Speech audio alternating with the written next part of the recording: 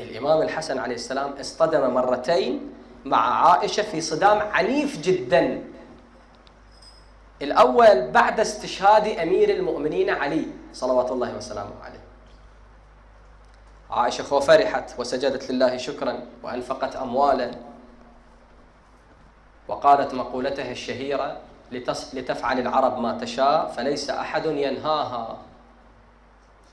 وكان هذا عمران بن حطان السدوسي البصري يحدث عنها، فتحب أن تسمع منه مديحا في قاتل علي عليه السلام. فكان يقول هذا الشعر المشهور جدا، يقول: فيا ضربة من تقي ما أراد بها. التقي منه بالمناسبة عبد الرحمن بن ملجم. يا ضربة من تقي ما أراد بها إلا ليبلغ من ذي العرش رضوانا، إني لأذكره حينا فأحسبه أوفى البرية عند الله ميزانا. أوفى البرية عبد الرحمن بن ملجم. بعد استشهاد أمير المؤمنين عليه السلام جاء الإمام الحسن من الكوفة، دخل المدينة. استمع إلى نص الرواية يغنيك عن تعليقي. عن المفضل بن عمرو عن الإمام أبي عبد الله الصادق. طبعا ذكرت رواياتهم في ذلك الجانب أنها فرحت، وفي جانب رواياتنا فليستمع الشيعي الذي يظن لجهله أن العلاقة كانت فعلا كما يدعى حميمية. لا، استمع إلى واقع تراث أئمتك عليهم السلام. عن المفضل بن عامر عن أبي عبد الله الصادق قال: لما قدم أبو محمد من الكوفة تلقاه أهل المدينة معزين بأمير المؤمنين ومهنئين له بالقدوم. عظم الله لك الأجر في فقد علي، والحمد لله على سلامتك إذ وصلت إلى المدينة. ودخلت عليه أزواج رسول الله صلى الله عليه وآله وسلم، فقالت عائشة، افتتحت الكلام عائشة: والله يا أبا محمد ما فقد جدك إلا حيث فقد أبوك. تعرف يعني شنو العبارة؟ يعني ما شعرنا أن رسول الله فعلا فقد من الأرض إلا بعد أن فقدنا عليا عليه السلام. المصيبة كمصيبة رسول الله تقول له. وقد قلت يوم قام عندنا ناعيه، لما جاء الناعي تقول له أنا قلت للناعي. شنو قالت؟ قلت يوم قام عندنا ناعيه قولا صدقت فيه وما كذبت. فقال لها الحسن عليه السلام: عسى تمثلك بقول لبيد بن ربيعة. القول الذي قلتيه للناعي أهو تمثلك بقول لبيد بن أبي ربيعة، حيث قلت: فبشرتها واستعجلت عن خمارها وقد تستخف المعجلين البشائر. وقد تستخف المعجلين البشائر وأخبرها الركبان أن ليس بينها وبين قرى نجران والشام كافر، وألقت عصاها واستقر بها النوى كما قر عينا بالإياب المسافر. شلون هذا الذي له مسافر ويرجع كيف تقر عينه؟ يقول: أهذا قولك؟ أهذا الذي قلت للناعي؟ ثم أتبعت الشعر بقولك: أما إذا قتل علي فقولوا للعرب تعمل ما تشاء. يعني يقول لها كذبتي فيما ادعيتي أنه ما فقد جدك المصطفى إلا حيث فقد أو فقد أبوك.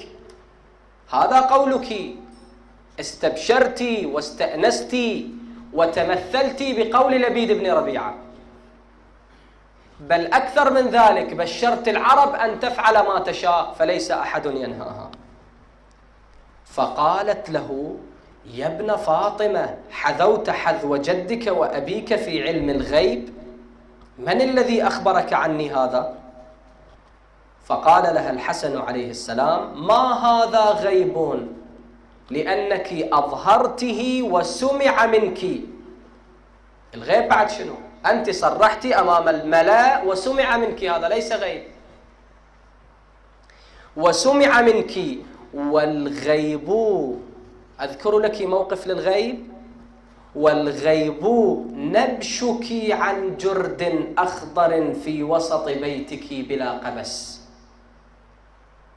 الدنيا كانت مدلهمة ظلمة، وجاء الناعي يبشر بفقد أمير المؤمنين عليه السلام، أو ينعى بالأصح كما نحن نعتقد، فأنت قمت في وسط الدار في الظلماء تنبشين عن جرد أخضر. لماذا؟ اسمع: وضربت بالحديدة كفك حتى صارت جرحا، وإلا فاكشفي عنه وأريه من حولك من النساء، ثم إخراجك الجرد وفيه ما جمعتيه من خيانة.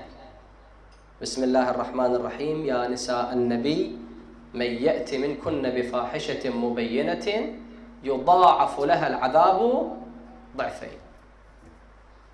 إذا على قولهم أن أزواج رسول الله صلى الله عليه وآله وسلم بعد رسول الله، دقق في كلمتي، ليس في حياة رسول الله، إذا بعد رسول الله لا يمكن أن يرتكبن شيئا محرما.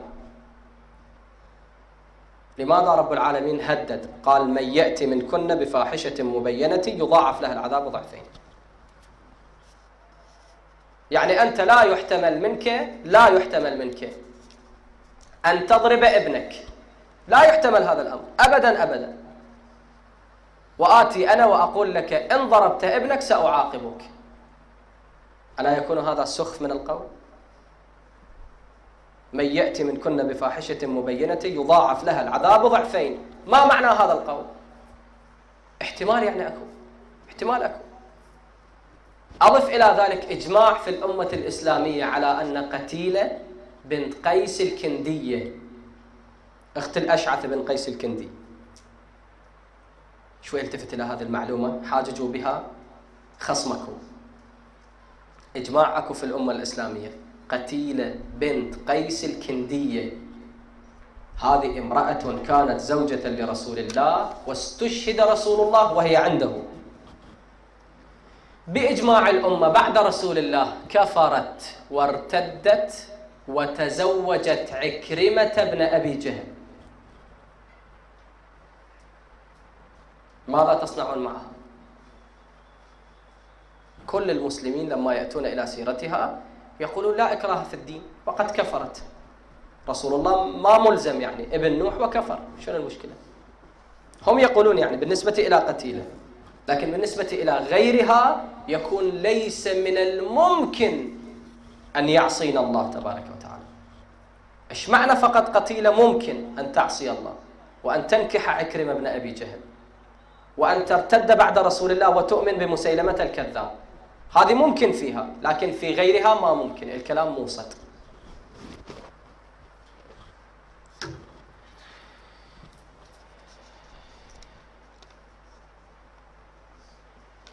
وأخذت منه 40 دينارا عددا لا تعلمين وزنها، وتفريقك لها في مبغض علي من تيم وعدي شكرا لمقتله.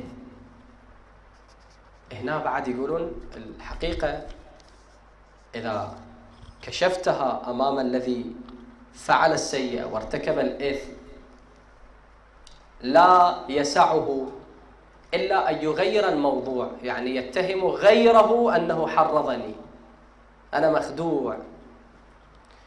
فقالت: يا حسن والله كان ما قلت، فعلا كل اللي ذكرته أنت صحيح، ولكن قاتل الله ابن هند لقد شقي وأشقاني. يعني هي تعترف أنها على علاقة مع من؟ مع معاوية. يعني ما تتصرف به، ما تخطط، هذا المخطط المرتسم مشترك بينها وبين معاوية، الخطة واحدة باعترافها. عندنا دليل على هذا الكلام أنها من أقطاب المتعاونين مع معاوية ضد الحسن عليه السلام. نعم، عندنا موقف واحد أذكره ونختم الكلام. روى البخاري في صحيحه في الجزء 3 في الصفحة 4 عن عائشة قالت: كان مما عهد عتبة بن أبي وقاص إلى أخيه سعد. تعرفون سعد بن أبي وقاص أخوه عتبة قبل أن يتوفى عهد إلى أخيه، قال له: إن ابن جارية زمعة مني فاقبضه. زمعة رجل من الموجودين في المدينة. هذا عتبة يقول لأخيه سعد، يقول: هذه جارية زمعة، عند جارية، هذه حامل، إذا وضعت ولدا فهذا مني من الزنا، ولدي من الزنا، فأنت اقبضه. وكانت هذه يعني شذوذ الجنس في مجتمع الجاهلية يعني شائع، ولذلك الإسلام حاربه بقوة، ورسول الله ضحى من أجل أن يمحقه، والله ينزل آيات: ولا تقربوا الزنا إنه كان فاحشة وساء سبيلا. فتقول عائشة، الرواية عنها وفي البخاري، في صحيح البخاري في أصح المصادر، تقول: فرآه سعد بن أبي وقاص، رآه في طريقه إلى مكة، يعني رأى الجارية أثناء طريقنا إلى مكة في الحج، فجذبه سعد وقال: إنه ابن أخي. فقام أخوه عبد الله أو عبد عفوا فقام أخوه عبد بن زمعة أخو هذا الولد،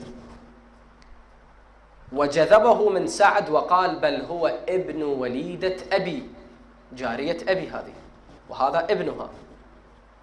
فتساوقا إلى رسول الله صلى الله عليه وآله وسلم يحتكمان، فقضى رسول الله: الولد للفراش وللعاهر الحجر. حكم الله ما هو الذي قضى فيه رسول الله؟ الولد للفراش. أين ولد هذا الولد؟ على فراش من؟ على فراش زمعة، فإذن هو ابن من؟ ابن زمعة. العاهر اللي هو عتبة الزاني ماذا له؟ الحجر، الرجم، ليس له شيء. الولد للفراش وللعاهر الحجر. من الراوي للخبر؟ من اللي ذكره؟ عائشة نفسها. زياد ابن أبيه،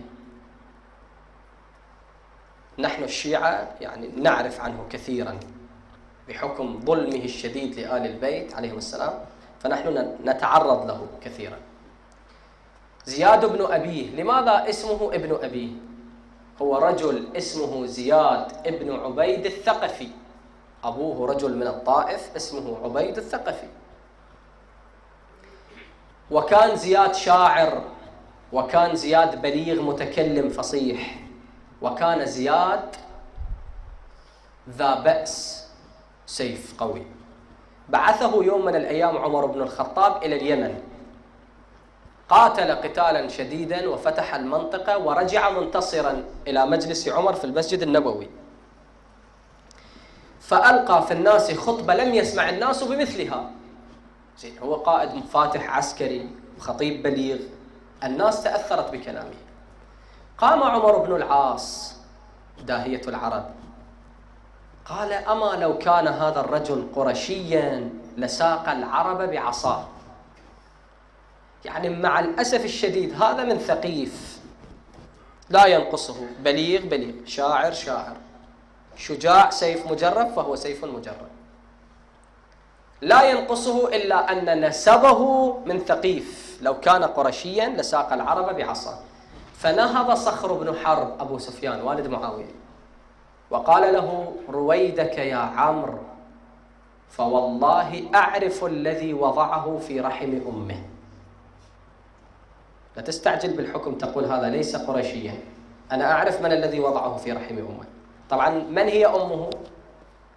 عاهرة معروفة اسمها سمية، فهو زياد بن سمية وابن عبيد الثقفي.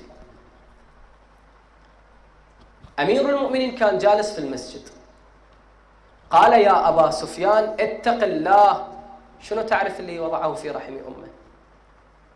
فقال أبو سفيان يرد على علي: أما والله لولا خوف شخص يراني يا علي من الأعادي لأظهر أمره صخر بن حرب ولم تكن المقالة عن زياد، لقد طالت مجاملتي ثقيفا وتركي فيهم ثمر الفؤاد.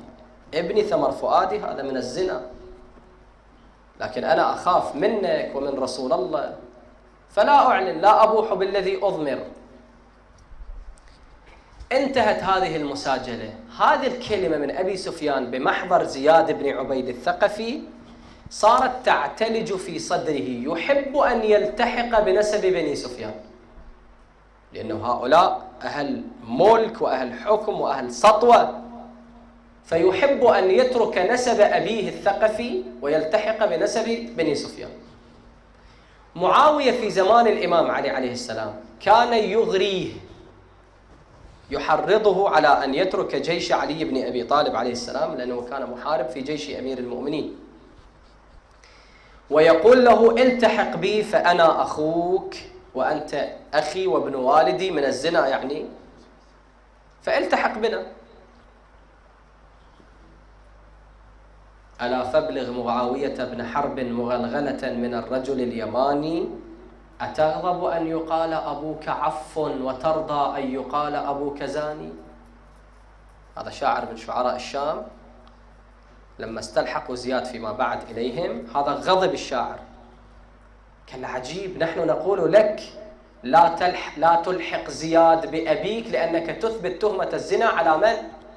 على أبيك، فأنت لماذا تغضب؟ أتغضب أن يقال أبوك عف وترضى أن يقال أبوك زاني؟ عجيب.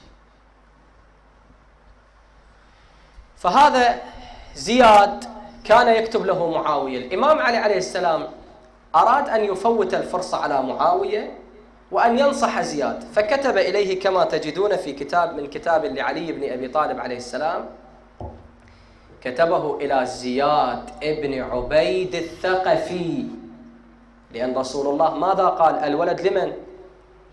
للفراش. لا تنسى القاعدة بعد، ولا تنسى راوي القاعدة. فقال له: وقد عرفت أن معاوية كتب إليك يستزل لبك، اللب العقل، فيحاول أنه يخطئك في عقلك، يستزل لبك ويستفل غربك. الغرب القوة، يعني قوتك، سؤددك، شرفك، كله يحاول يستفل. فاحذره فإنما هو الشيطان.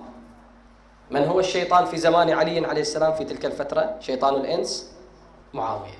فاحذره فإنما هو الشيطان يأتي المؤمن من بين يديه ومن خلفه ليقتحم عليه غفلته.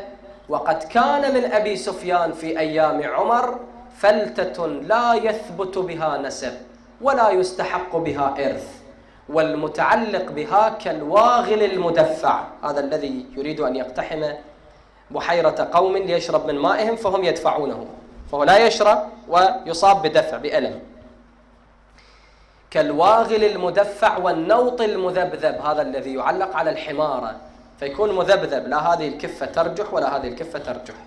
فأنت إذا تابعت قول معاوية تتأرجح في نسبك، فلا تحصل على نسب عبيد الثقفي ولا تحصل على نسب أبي سفيان. هذه فلتة لا يثبت بها نسب ولا يستحق بها إرث. فلما وصل الكتاب إلى زياد قال: ها لقد شهد بها علي ورب الكعبة. يعني بدل أن يتعظ قال: اعتبر هذا الكتاب وثيقة تأييد من أمير المؤمنين علي أنه أنا ابن أبي سفيان من الزنا. استشهد أمير المؤمنين، وكما قالت عائشة: لتفعل العرب ما شاءت فليس أحد ينهاها.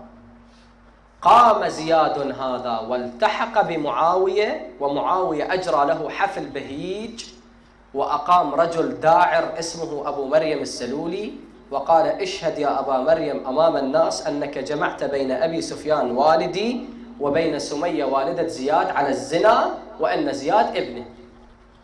فقام وفعل، وحتى وصفها بأوصاف قذرة يجل المنبر أن أدخل في تفاصيلها. فزياد امتعض، قام إليه قال: بعثناك شاهدا ولم تبعث شاتما. قال: أنا إنما أشهد بالذي رأيت. فصدر كتاب مرسوم جمهوري عمم على الأمصار والأفواج أنه من الآن فصاعدا زياد بن أبي سفيان يحرم أن تقولوا عنه زياد بن عبيد الثقفي، خلافا لحكم رسول الله، تجرؤا على حكم الله تبارك وتعالى. ثم معاوية ولاه البصرة، صار أمير على البصرة. هذا تتبع أصحاب أمير المؤمنين واحدا واحدا بالقتل والانتهاك والسلب، ومعروف هذا عنه يعني، إلى أن عمد إلى سعيد بن سرح رضوان الله تعالى عليه من أصحاب أمير المؤمنين من أهل البصرة، فهذا هدم داره زياد وحبس أهله وطرده، نفاه من البصرة. سعيد التحق بالإمام الحسن المجتبى عليه السلام، دقق ركز، هذا التحق بالإمام الحسن عليه السلام وطرح له مظلوميته، قال يا ابن رسول الله ظلمني زياد. الإمام الحسن عليه السلام في محاولة للإصلاح كتب كتابا لزياد، قال له من الحسن بن علي ابن أبي طالب إلى زياد بن عبيد الثقفي. الحسن عليه السلام لا يخالف سنة رسول الله، حكم الله هذا، الولد للفراش، أنت ولدت على فراش عبيد، أنت ابن عبيد. من الحسن بن علي إلى زياد بن عبيد الثقفي، أما بعد فإنك عمدت إلى رجل من المسلمين له ما لهم وعليه ما عليهم، فهدمت داره وحبست أهله، فإذا بلغك كتابي هذا فابن له داره واردد إليه أهله وعياله، وفي نسخ بعض النسخ وعماله، فإني قد شفعت فيه فشفعني فيه والسلام. الكتاب ذكره ميزان الاعتدال للذهبي في الجزء الثالث. زياد قرأ الكتاب، امتعض، احترق بالنار. أنا الآن استلحقني معاوية وصرت ابنا لأبي سفيان، الحسن يأتي يقول عني ابن عبيد الثقفي. فماذا كتب للحسن عليه السلام؟ من زياد بن أبي سفيان، لاحظ، إلى الحسن بن فاطمة، مو ابن علي. سبحان الله. من زياد بن أبي سفيان إلى الحسن بن فاطمة، أما بعد فقد أتاني كتابك تبدأ فيه بنفسك قبلي، وإنما أنت طالب حاجة وأنا سلطان، وأنت سوقة والعياذ بالله. يعني شنو؟ يعني عبد من عبيدي، وأنت سوقة تأمرني فيه بأمر المطاع المسلط على رعيته. كتبت إلي في فاسق آويته إقامة منك على سوء الرأي، وأيم الله، يقسم هذا الملعون، وأيم الله لا تسبقني به ولو كان بين جلدك ولحمك، وإن نلت بعض لحمك غير مرع عليك ولا رفيق بك، فإن أحب لحم علي أن آكله للحم الذي أنت منه. قمة النصب والعداء والبغض لأهل البيت عليه السلام. الإمام الحسن قرأ الكتاب، أتعلمون بماذا أجابه؟ بجملة واحدة هدت كيانه، كتب من الحسن بن فاطمة. أنت تقول ابن فاطمة شرف الدنيا والآخرة، قديسة الرب، على معرفتها دارت القرون الأولى. من الحسن بن فاطمة إلى زياد بن سمية، أما بعد قال رسول الله صلى الله عليه وآله وسلم الولد للفراش وللعاهر الحجار. ثم الإمام الحسن أعطى الكتاب لساعي البريد، قال له مر به على معاوية في الشام قبل البصرة. ابن عساكر يقول فلما قرأ معاوية الكتاب ضاقت عليه الشام بما رحبت. المهرجان، الاحتفال الذي أقيم، حفل في استلحاق زياد إلى أبي سفيان، وإذا بكلمة واحدة بكتاب واحد من الإمام الحسن عمم على الأمصار يهدم كل ما بنينا. بربكم أتعلمون لمن فزعوا بعد هذه الحادثة في حفظ ماء وجوههم إلى عائشة، فكتبت عائشة كتابا أيضا عمم على الأمصار وفرح به زياد. قالت إلى زياد بن أبي سفيان، ألحقت الولد لمن؟ للعاهر. رسول الله شنو حكمه الذي هي روته؟ هي قالت الولد للفراش وللعاهر الحجر. الآن تبدلت المعادلة عندها، فصار الولد للعاهر وللفراش الحجر.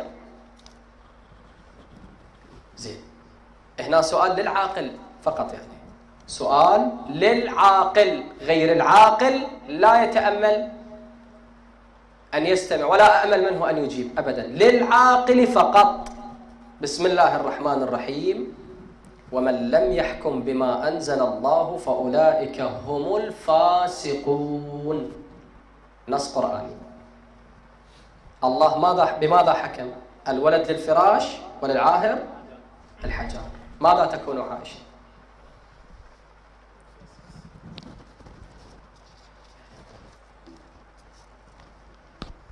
بعد هذه الحادثة وتلك الحادثة الأولى مع الإمام الحسن عليه السلام، جرى المخطط الثلاثي: عائشة في المدينة، معاوية في الشام، زياد في البصرة، على الفتك بالإمام الحسن عليه السلام. تصور أنت السم الذي استورده معاوية من بعض البلاد البعيدة، يقال أن سعره 80,000 دينار. الشكل سم قوي جدا، وهذا عن طريق نساء. كون ذكي، عن طريق نساء دخل. من التي قدمت السم للإمام المجتبى عليه السلام؟ جعدة، صحيح؟ ولكن هذه جعدة بنت الأشعث من الذي أغراها؟ يقال معاوية. هل جاء معاوية على فرس له وطرق الباب وقال يا أبا محمد أعطني زوجتك كي أغريها مثلا؟ عن طريق من أغريت هذه المرأة؟ عن طريق النسوي، امرأة. فمن هي المرأة المرشحة في المدينة للقيام بهذا الدور؟ خلاص، تشوف الإمام سلام الله عليه تعرض إلى مظلمة كبرى، إلها خطوط متداخلة تحتاج إلى من ينقب، من يدقق، من يفتش في حقائق التاريخ كي يستنبط مظلومية أهل البيت عليهم السلام. يجود بنفسه صلوات الله وسلامه عليه، يرفع قدم ويضع أخرى من شدة حرارة السم اللي سرى في بدنه. حق أن نبكي على الحسن عليه السلام، على هذا الشبل لعلي بن أبي طالب، والذي قارعهم بمواقفه، والله أخزاهم بهذه المواقف، أظهر حقائقهم. شوف شجاعة الإمام المجتبى عليه السلام. التاريخ ظلمه يبين أن الحسن ضعيف، لا والله، كلا وحاشا. ما كانت شجاعته إلا كشجاعة الحسين، بل تفوق، لأنه عندنا فرق الإمامة. الحسن إمام الحسين، إمام عليه صلوات الله عليهما جميعا. الإمام سيد الشهداء كان يدخل عليه فيتحدثان في هذا الجانب، جانب المظلومية. الله. والإمام الحسن صلوات الله عليه احتجب عن أهله، لأنه الموقف بشع جدا. بين حين وآخر الإمام يتقيأ قطعة من كبده، بين حين وآخر. فالإمام اعتزل في حجرة، وما أراد أن يرى أهله أو يرى أهله منظرا. بهالأثناء وإذا امرأة مفجوعة غريبة، الله أكبر، هاي اللي تقمصت ثوب الأحزان منذ نعومة أظفارها. عفا يم الحزن قلبيك يتحمل دواه السود، جديك وامك وعادك والنوبة الحسن مفقود. أول هم فقد جديك، العلا فقده كثر همك. والله ثاني صواب يوم الباب ذاك الكسر ظل عمك. أو دمع عودك بالمحراب يا زينب، طلبوا مني هاي الأبيات أعيدها. أو دمع عودك بالمحراب أجرى من الجفن دمك. وجاك صواب أخوك اليوم الحسن يا اخت الحسن مظلوم. مسموم الحسن مسموم، حق من يصرخ الناعي أو يصوت نشف بحر الجود. اي والله عفى قلبك على ابن امك يا زينب من وصلتينا. او شفت الطشت قدامه ومن السمر قد حيله. يا بنات حسين يا اخويا الطشت شيله. شيل الطشت من يمي، الطشت بيك ابدتي ودمي. لا ترتاع بنت امي، وهذا الطشت قدامي تشوفه بس دمه وجبود. الله يقول على الحسن لما انطبت اخته وبالطشت شافت كل جبته. يا بونت ونادت مثل وانت يا حسين خيك شنو علته. يا هل ذمارد مهجته.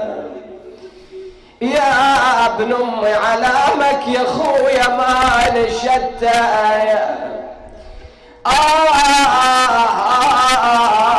لما نظر الحسن إلى زينب هم أن يقوم، ولكن أيها المؤمنون ما استطاع لضعف بدنه. أهوى إلى الأرض، ولكن الحسين سند له وضع روح الحسين عليه السلام. قال له يا أخي هنا توجه علي.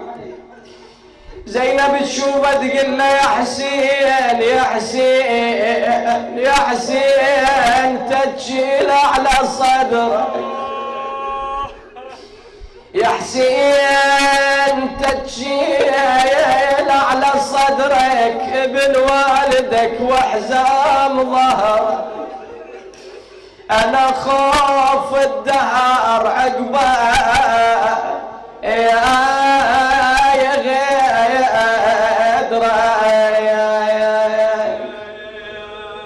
غزة كيف نوح يا محبيه.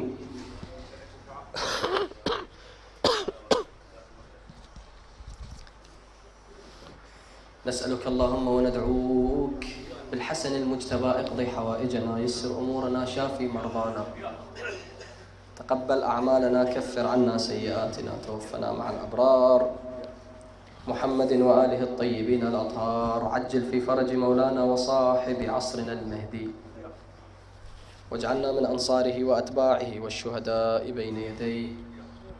من كان مريضا أو عنده مريض من عليه بالشفاء بحق محمد وآله الطاهرين. إلهي خفف عنا سكرات الموت وشدائد القبر وهول المطلع، وعرف بيننا وبين محمد وآله في الدنيا والآخرة. اللهم صل على محمد وآل محمد، ولا تمتنا إلا على رضاك يا أكرم الأكرمين. إلى أرواح المؤمنين والمؤمنات جميعا، رحم الله من قرأ الفاتحة مع الصلوات.